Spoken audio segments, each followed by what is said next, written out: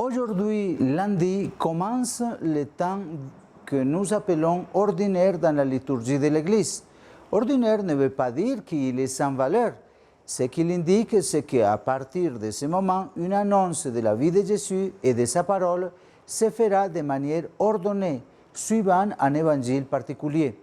Dans le cas de cette année consacrée à la famille et à Saint Joseph, l'évangile de Saint Marc sera proclamé. Je suivrai en particulier cette indication liturgique, éclairant chaque pas avec l'encyclique Fratelli Tutti, ainsi que la joie de l'amour du pape François et la spiritualité de l'unité de Chiara Lubich, qui, le 22 janvier, fera la 101e année de sa naissance. Sous forme de pilule, bien après moi. Au début de cette 2021, nombreuses sont les perspectives que nous avons, surtout après tout ce que nous avons vécu en 2020, avec cette pandémie que nous espérons surmonter avec l'aide de Dieu, les soins de chacun et du personnel de santé, ainsi qu'avec les vaccins qui atteignent peu à peu de nombreux endroits sur la Terre. Ces perspectives touchent toutes nos différentes sphères de la vie personnelle et familiale, le travail, l'économie et notre vie sociale, notre santé et notre bien-être en général, les loisirs et la communication avec tous, les soins de notre corps et celles du planète, l'étude et l'amélioration de nos connaissances, etc. Nous avons un maître qui nous guide dans tout ce que nous faisons, Jésus de Nazareth. Il est le chemin, la vérité et la vie.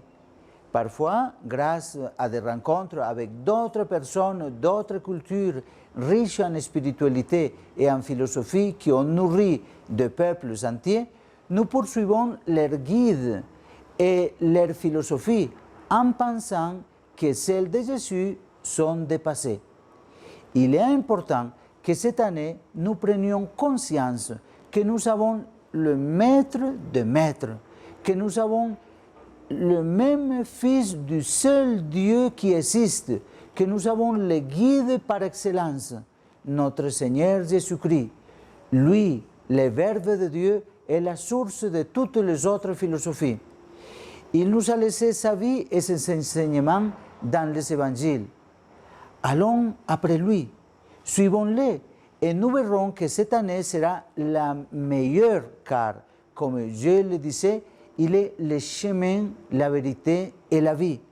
Ne perdons pas de temps à chercher d'autres maîtres et d'autres enseignements en dehors de l'Évangile.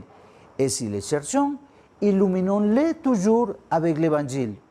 C'est pourquoi je vous invite à écouter ce que Jésus lui-même vous dit. Venez après moi. Je vous assure que vous ne serez pas déçus. Ceux qui ne l'ont pas encore, cherchez une copie de l'Évangile et gardez-la dans vos poches. Et chaque fois que vous avez un peu de temps, lisez-les. Ainsi, durant cette année, l'enseignement de Jésus sera à votre disposition. Cet enseignement vous guidera dans tout ce que vous vivrez. Alors, je vous le répète, allez après Jésus.